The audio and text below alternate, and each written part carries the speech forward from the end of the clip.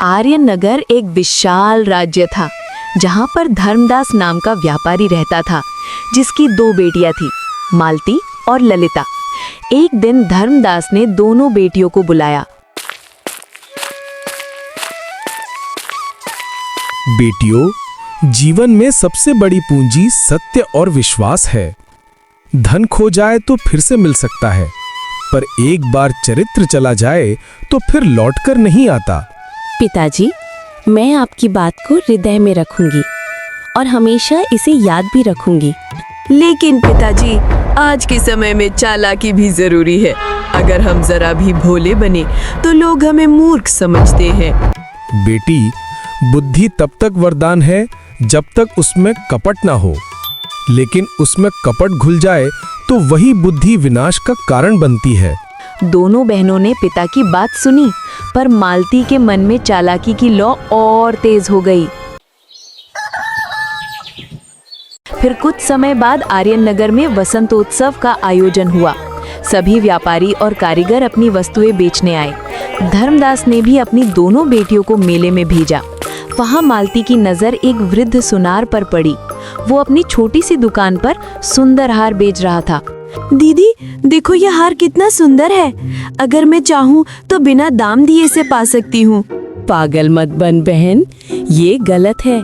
जो चीज हमारी नहीं उसे लेना चोरी कहलाता है। दीदी, इसे चोरी नहीं कहते, इसे चालाकी कहते हैं, जो कि मैं कर सकती हूँ।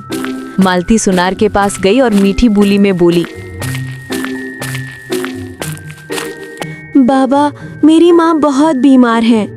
उनका सपना है कि मैं उनके लिए ये हार पहनूं। क्या आप इसे एक दिन के लिए मुझे दे सकते हैं?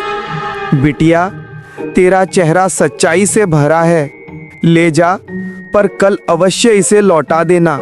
मालती हार लेकर लौट आई और ललिता ने पूछा, तो क्या तू कल इसे लौटाने जाएगी? कौन पागल इसे लौटाएगा?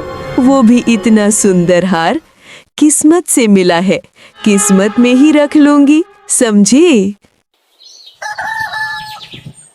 दूसरे दिन जब मालती नहीं लौटी तो सुनार दरबार पहुंचा और राजा से न्याय मांगा। महाराज, मैंने दया दिखाकर एक लड़की को हार दिया, पर उस कन्या ने उसे लौटाया नहीं। वो हार काफी कीमती और अच्छा था। कृपया मेरी सहायता कीजिए महाराज। अच्छा, तो ठीक है, सत्य का पता लगाया जाएगा। राजा ने दोनों बहनों को बुलवाया। क्या ये सत्य है कि तुमने हार लिया और नहीं लौटाया? महाराज, मैंने तो लौटाया था, लेकिन शायद से किसी ने बीच में ही उसे ले लिया। राजा ने अपनी बुद्धिमान मंत्री देवक को बुलाया। फिर देवक ने एक युक्ति सूझी।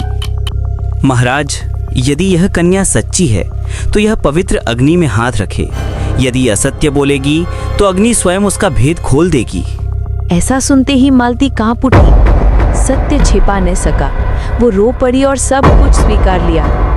बेटी, तेरी चालाकी तुझे विनाश की ओर ले गई। सुन, जो छल से पाता है वो शांति खो देता है।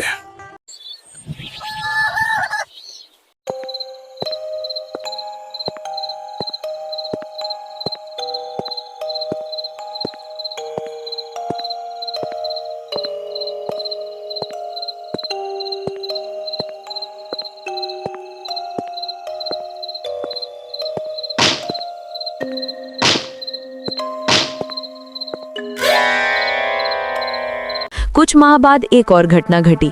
राजा के राज्य में एक व्यापारी का बहुमूल्य रत्न चोरी हो गया। सभी सैनिक खोज में लगे, पर रत्न नहीं मिला। लेकिन राजा ने नगर भ्रमण करते हुए ललिता के कुछ चतुर किस्से सुने थे, इसलिए राजा ने ललिता को दरबार में बुलाया। ललिता, सुना है तू सच्ची और चतुर है। यदि तू इस चोरी का रहस्य सुलझा दे तो मैं तुझे दरबार में सम्मान दूंगा। ठीक है महाराज, मैं प्रयास करूंगी। ललिता ने बड़े ध्यान से बाजार, लोगों और दुकानों का निरीक्षण किया। उसे एक छोटा लड़का मिला जो रोज वही रास्ता पार करता था। उसने पूछा, बेटा, तू रोज यहाँ आता है, क्या तूने कुछ नया देखा जो तुझे अजीब लगा हो? हाँ दीदी, एक व्यापारी रात को दुकान बंद करके उसके पीछे कुछ मिट्टी में गाड़ता है और रोज वो मुझे उसी जगह पर दिखाई देता है। ललिता ने सब कुछ राजा को बताया। फिर रात में सैनिकों ने छापा मारा, एक व्यापारी और वही रत्न बरामद हुआ। सैनिकों, इसे काल कोठड़ी में डाल दो। वाह ललिता, अब तक मैंने सिर्फ तुम्हारे चतुर किस्सों के बारे में सुना था और आज देख भी लिया। सच में तुम बहुत नेक हो और तुम्हें मैं इनाम भी दूंगा। ये सब देखकर मालती बहुत लज्जित हुई। उसके मन में पश्चाताप की आग जलने लगी। वो ललिता के पास गई और रो पड़ी। बहन, तू सही थी। जिस बुद्धि में छल हो वह बुद्धि नहीं, अंधकार है। मेरी चालाकी ने मेरा मान सम्मान सब छीन लिया। देख बहन, जब तक इंसान अपनी गलती पहचान ना ले तब तक वो अहंकार में होता है। लेकिन मैं खुश हूँ जो तूने तेरी गलती को स्वीकार किया। अभी भी समय है जिसे तू ठीक कर सकती है। अब से अपनी चतुराई को अच्छे कार्यों में लगाना। मालती ने प्रण लिया कि वो अब से सच्चाई का मार्ग अपनाएगी।